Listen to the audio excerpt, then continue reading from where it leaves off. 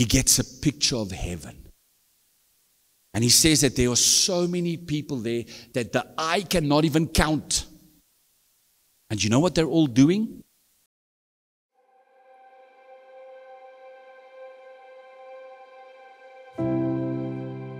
Is the mandate. Ultimately, guys, it's not missions. It's worship. Because that Jesus that died on the cross for me deserves all the worship and all the praise and all the glory that I can gather for him. So Willie Crew preaches an awesome sermon and he says, picture the biggest stadium that you've ever sat in your life. Dink gou, wat is die grootste stadion? Loftus. That was mine as well. And then when I was in America, I went to this stadium. It's called the Iron Bowl. 102,000 people. Loftus only takes, I think, 60. 102,000 mense. So I want you to picture the biggest stadium that you can in your mind. And I want you to times it by 2. Dit raak nou 'n bietjie groot, né? Klomp mense. 200,000 mense. Times it by 10. Imagine a stadium with 2 million people. That's big, eh? But now, John in the book of Revelation, he gets a picture of heaven. And he says that there are so many people there that the eye cannot even count. And you know what they're all doing? Listening. Listen to this. Revelation 7 verse 9. After this I looked, and behold, a great multitude that no one could count, that no one could number, from every nation, tribe, people, and language. And they're all standing before the throne and before the Lamb. And they're all dressed in white robes, and they have palm branches. And you know what they're all doing? They're worshiping God.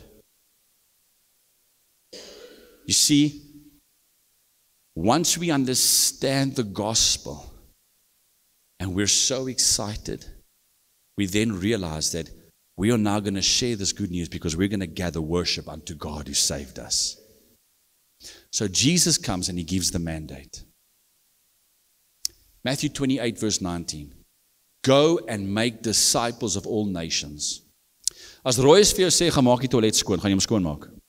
Kom ons wees eerlik. As hy vir jou sê, gaan maak die toilet skoon, dan gaan maak jy hom skoon. As hy sê, gaan maak jou kamer skoon, gaan jy dit doen. Okay. So a mandate is a mandaat. It's an order. It's a command. Jesus says, go and make disciples of all nations. Matthew 28 verse 19. In Mark 16 verse 15, he says, go into all the world and preach the gospel to every creature. In Luke 24 verse 47, he says, repentance and forgiveness of sins will be preached in his name to all nations. In John 20 verse 21, he says, as the Father has sent me, so too I'm sending you. So in ander woorde, daar's 'n opdrag wat gegee is vir ons. There's a mandate, a command that has been given to us. Why do we tell people about Jesus? Because I'm grateful of the gospel. I'm grateful of the good news. Why do we tell people about Jesus? Because I want to gather worship unto him. Why do we tell people about Jesus? Because I want to populate heaven. Why do we tell people about Jesus? Because he told me to tell people about Jesus. That's what it means that there's a mandate. And then the last thing I want to say to you is you got to understand the history. Hoor gou hierso. Handelinge 1 vers 8. Acts 1 verse 8. You will receive power when the Holy Spirit comes upon you. And you will be my witnesses in both Beda, Jerusalem, and Judea, and Samaria, and to the ends of the earth. Now watch this. Dit beteken, die evangelie het letterlik eers in Jerusalem versprei. Toe aan na Judea toe, toe Samaria, en toe het dit gegaan na die eindes van die wêreld. So the gospel spread geographically in Jerusalem, and to Judea, and Samaria, and to the ends of the earth. Now watch this. Where does the gospel come from? It doesn't come from America. It also doesn't come from South Africa. It comes from the Middle East. And you and me are the ends of the earth. So, somebody sacrificed. Somebody wept. Somebody bled. Somebody died to bring you the gospel so that the gospel could be preached, could be shared until it eventually got to Royus and Stella, and then they ended up building this place so that they can share it to you. Verstaan julle? So when you now look at missions, it's not just a word that we throw around, missionary, sent one. It's a movement that is compelled by the gloriousness of the gospel, by the obedience to the mandate, and because history has brought it to me, and I'm not going to let this flame die out on my watch. Moet dit eindig by jou? So die evangelie is aan jou gepreek, sodat jy daar kan sit soos 'n vet kat, en dit net absorbeer. No.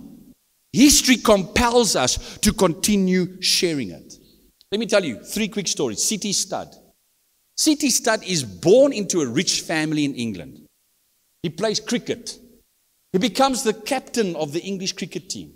He's got money, he's got fame, he's got fortune. And then he comes to faith. And he gives it all up. He gives it all up to become a missionary in China. And then a missionary in India. And then his health got so bad, hy so sick geraak, that he had to go home. And one day he's reading the newspaper. And the newspaper article said, he was 50 years old.